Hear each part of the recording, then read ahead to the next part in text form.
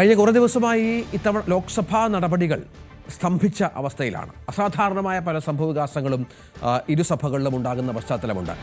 സ്പീക്കർക്കെതിരെ അവിശ്വാസ നോട്ടീസ് എന്ന് പറയുന്നത് അനിതസാധാരണമായ സാഹചര്യത്തിൽ മാത്രമാണ് പലപ്പോഴും സംഭവിക്കുന്നത് എന്നുള്ളത് ഏറ്റവും പ്രധാനമാണ്. ഇത്തവണ അതും ഉണ്ടായിരിക്കുന്നു. ഈ പശ്ചാത്തലത്തിൽ ലോക്സഭാ സ്പീക്കർ ഓം ബിർള ഇന്ന് സഭയിൽ നിന്ന് വിട്ടുനിൽക്കുമെന്നാണ് സൂചന. പ്രമേയത്തിന്മേലുള്ള തീരുമാനം വരുന്നതുവരെ സ്പീക്കർ സഭയിലെത്തില്ല എന്നാണ് അടുത്ത വൃത്തങ്ങൾ നൽകുന്ന സൂചന. ബജറ്റ് സമ്മേളനത്തിൻ്റെ ആദ്യഘട്ടം വെള്ളിയാഴ്ചയാണ് അവസാനിക്കുന്നത്. ബജറ്റ് ചർച്ച ഇന്നും ലോക്സഭയിൽ തുടരും. ഒരുപക്ഷെ രാഹുൽ ഗാന്ധി പ്രതിപക്ഷ നേതാവ് ഈ വിഷയത്തിൽ സംസാരിച്ചേക്കും എന്നുള്ള വിവരങ്ങൾ കൂടി പുറത്തു വരുന്നുണ്ട്. പാർവതി ഏറ്റവും പുതിയ വിവരങ്ങളുമായി ചേരുകയാണ്. പാർവതി, ഞാൻ നേരത്തെ പറഞ്ഞതുപോലെ വലിയ സംഭവവികാസങ്ങൾക്ക് സാക്ഷ്യം വഹിച്ച ഒരു ലോക്സഭാ സമ്മേളനമാണ് ഇപ്പോൾ വെള്ളിയാഴ്ചയോടെ അവസാനിക്കാൻ പോകുന്നത്. അത് നമുക്കറിയാം, പ്രതിപക്ഷത്തിൻ്റെ വല്ലാത്തൊരു വർദ്ധിച്ച വീര്യം നമ്മൾ കണ്ടു. ഭരണപക്ഷം പലപ്പോഴും പ്രതിരോധത്തിലാകുന്നത് കണ്ടു. നരേന്ദ്രമോദി പ്രധാനമന്ത്രി പോലും സഭയിൽ പ്രസംഗിക്കാതെ മടങ്ങുന്ന പശ്ചാത്തലം നമ്മൾ കണ്ടു. പക്ഷേ പ്രതിപക്ഷം ഒട്ടും പുറകോട്ടില്ല എന്നുള്ളതാണ്. ഇനി എന്തൊക്കെയാണ് നീക്കങ്ങൾ? അതാണ് രഞ്ജിത്ത്. സ്പീക്കർ ഓം ബിർളയ്ക്കെതിരെ അസാധാരണ നീക്കങ്ങൾക്കാണ് കഴിഞ്ഞ ദിവസം ലോക്സഭ സാക്ഷ്യം വഹിച്ചത്. ഇതാണിപ്പോൾ ഡൽഹിയിലെ സജീവ ചർച്ചാ വിഷയം തന്നെയും. അവിശ്വാസ നോട്ടീസിലൂടെ ലോക്സഭയിൽ ഭരണ പ്രതിപക്ഷ പോരും രൂക്ഷമാണ്. 118 അംഗങ്ങൾ ഒപ്പിട്ട നോട്ടീസാണ് ലോക്സഭാ സെക്രട്ടറി ജനറൽ ഉത്പൽ കുമാറിന് നൽകിയത്. ഇതിൽ തൃണമൂൽ എംപിമാർ ഇല്ല. പ്രമേയത്തിൽ തീരുമാനമാകും വരെ സഭാ നടപടികളിൽ നിന്ന് വിട്ടുനിൽക്കാനാണ് സ്പീക്കറുടെ തീരുമാനം. അദ്ദേഹം കഴിഞ്ഞ ദിവസങ്ങളിലും പാർലമെന്റിൽ എത്തുന്നുണ്ടെങ്കിലും സഭയിലേക്ക് എത്തിയിരുന്നില്ല. ധാർമ്മികത കണക്കിലെടുത്താണ് അദ്ദേഹം മാറി നിൽക്കുന്നതെന്നാണ് വിശദീകരണം. നോട്ടീസ് പരിശോധിച്ച നടപടി സ്വീകരിക്കാൻ സ്പീക്കർ സെക്രട്ടറി ജനറലിന് നിർദ്ദേശം നൽകിയിട്ടുണ്ട്. ഇത് പ്രകാരം ലോക്സഭാ സെക്രട്ടറി ജനറൽ നോട്ടീസിൽ നിയമോപദേശം തേടും. പ്രതിപക്ഷ പാർട്ടി നേതാക്കളെ പല അവസരങ്ങളിലും പ്രസംഗിക്കാൻ അനുവദിച്ചില്ല എന്നതാണ് സ്പീക്കർക്കെതിരായ പ്രധാന വിമർശനം.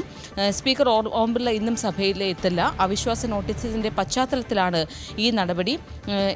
സ്പീക്കർക്കെതിരായ നോട്ടീസ് അതേസമയം മാർച്ച് 9-നാകും പരിഗണിക്കുക. ബജറ്റ് സമ്മേളനത്തിന്റെ രണ്ടാം ഘട്ടം മാർച്ച് 9-നാണ് തുടങ്ങുന്നത്. അന്നാകും ഈ അവിശ്വാസ പ്രമേയം പരിഗണിക്കുക.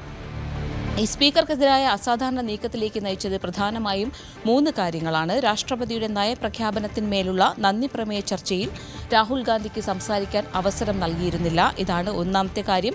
പ്രധാനമന്ത്രിയെ വനിതാ എംപിമാർ അപായപ്പെടുത്താൻ ശ്രമിച്ചു എന്ന ആരോപണത്തിൽ വിശദീകരണം നൽകാൻ അവസരം നിഷേധിച്ചുവെന്നും സഭയിൽ പ്രതിഷേധിച്ച 8 പ്രതിപക്ഷ എംപിമാരെ ബജറ്റ് സമ്മേളനത്തിന്റെ രണ്ടാം ഘട്ടം അവസാനിക്കുന്നതുവരെ, അതായത് രണ്ടാം ഘട്ടം ഏപ്രിൽ 13 വരെയാണുള്ളത്, അതുവരെ സസ്പെൻഡ് ചെയ്തതും പ്രതിപക്ഷത്തെ ചൂണ്ടിപ്പിച്ചിട്ടുണ്ട്.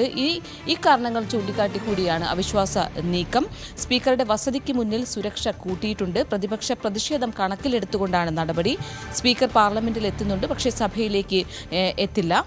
ഇന്നലെ ബജറ്റ് ചർച്ചയിൽ പ്രതിപക്ഷം പങ്കെടുത്തിരുന്നു. അത് ഇന്ത്യ സഖ്യത്തിലെ ധാരണ പ്രകാരമായിരുന്നു പങ്കെടുത്തത്. ചട്ടപ്രകാരം നോട്ടീസ് ലഭിച്ചാൽ 14 ദിവസത്തിന് ശേഷമാണ് സ്പീക്കർ സഭയിൽ ഇക്കാര്യം പരിഗണിക്കേണ്ടത്. ഇപ്പോൾ ഈ വിഷയത്തിൽ നിയമോപദേശം തേടിയിട്ടുണ്ട്. നോട്ടീസ് നിലനിൽക്കുമോ എന്ന അടക്കമുള്ള കാര്യങ്ങൾ പരിശോധിക്കും. മാർച്ച് 9-ന് തന്നെ നോട്ടീസ് പരിഗണിക്കണമെന്നാണ് സ്പീക്കറുടെയും നിലപാട്. അപ്പോൾ സ്പീക്കർക്കും നിലപാട് പറയാനാകും. അതിനിടയിൽ ചർച്ച നടത്തി നോട്ടീസ് പിൻവലിക്കാനുള്ള അവസരവും ഉണ്ടാവും. തൽക്കാലം ഈ ഒരു അവിശ്വാസ നോട്ടീസ് നിലനിൽക്കാൻ ചർച്ചയ്ക്ക് തന്നെയാണ് സാധ്യത. ഇത് രഞ്ജിത്ത്. പാർവതി, ഒപ്പം ഈ ഭരണപക്ഷം ഈ വിഷയത്തിൽ നിലപാട് വ്യക്തമാക്കേണ്ടതുണ്ട്. മറ്റൊന്ന് നമ്മൾ മനസ്സിലാക്കേണ്ടത്, ഇതുമായി ബന്ധപ്പെട്ടുള്ള ചില അനുരഞ്ജന ചർച്ചകൾ പല തലങ്ങളിൽ നടന്നിരുന്നു. ഒരു ഘട്ടത്തിൽ അതിൽ ഏതാണ്ട് പ്രതിപക്ഷം വഴങ്ങിയതുമാണ്. പക്ഷെ അപ്പോഴും ശക്തമായ രീതിയിൽ തന്നെ മുന്നോട്ട് പോകുന്നു അവിശ്വാസവുമായി. അത് ഏത് തരത്തിൽ പ്രതിരോധിക്കാനാണ് ഭരണപക്ഷത്തിൻ്റെ നീക്കം എന്നുള്ളതും പ്രധാനമാണല്ലോ. അതാണ് രഞ്ജിത്ത്. ഇതിൽ ഈ ഒരു നോട്ടീസിൽ ചർച്ച നടത്തി വേണമെങ്കിൽ ഇതിൽ ഒത്തുതീർപ്പിലെത്തുകയോ അങ്ങനെ ഉണ്ടാകാനുള്ള സാധ്യതയുണ്ട്. ഇതിന് മാർച്ച് 9-നാണ് നമുക്കറിയാം അവിശ്വാസ പ്രമേയം ചർച്ചയ്ക്കെടുക്കുന്നത്. അതുവരെ അതിനിടയ്ക്ക് പ്രതിപക്ഷവും ഭരണപക്ഷവും തമ്മിൽ ചർച്ച നടത്താനുള്ള അവസരവും ഉണ്ടാകും. തൽക്കാലം അതിനുള്ള തീരുമാനമായിട്ടില്ല. എങ്കിൽ പോലും ഈ ചർച്ച ഈ അവിശ്വാസ പ്രമേയം നിലനിർത്താൻ തന്നെയാണ് സാധ്യതയുള്ളത്. തീർച്ചയായും അതാണ് സാഹചര്യം. അതായത് പ്രതിപക്ഷത്തിൻ്റെ ആവശ്യത്തോട് ഭരണപക്ഷം ഒരു കോംപ്രമൈസിനുള്ള ശ്രമിച്ചിരുന്നു. പക്ഷേ അതിനുള്ള സാധ്യതകൾ തുലോം വിരളമാണ് എന്നുള്ളതാണ്. ശക്തമായി തന്നെ പ്രതിപക്ഷം മുന്നോട്ട് നീങ്ങുന്ന ഒരു പശ്ചാത്തലം കൂടിയുണ്ട്. ഒരുപക്ഷെ ഈ നരേന്ദ്രമോദിയുടെ ഈ 9 ഈ മൂന്നാം ടേം, അതായത് 10-11 വർഷത്തെ കാലയളവിൽ ഇത്ര ശക്തമായി പ്രതിപക്ഷം ഒരു ലോക്സഭാ സമ്മേളനത്തിൽ, ഒരു പാർലമെന്റ് സമ്മേളനത്തിൽ നീങ്ങുന്നതും ആദ്യമായി ആയിരിക്കാം.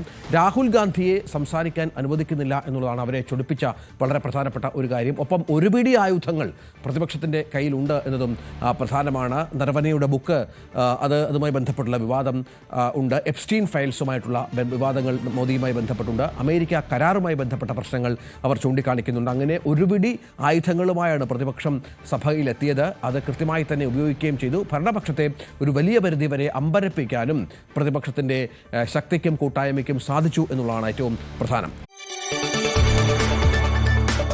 കൂടുതൽ വാർത്തകൾക്ക് news 18 Keralam YouTube channel subscribe ചെയ്യുക.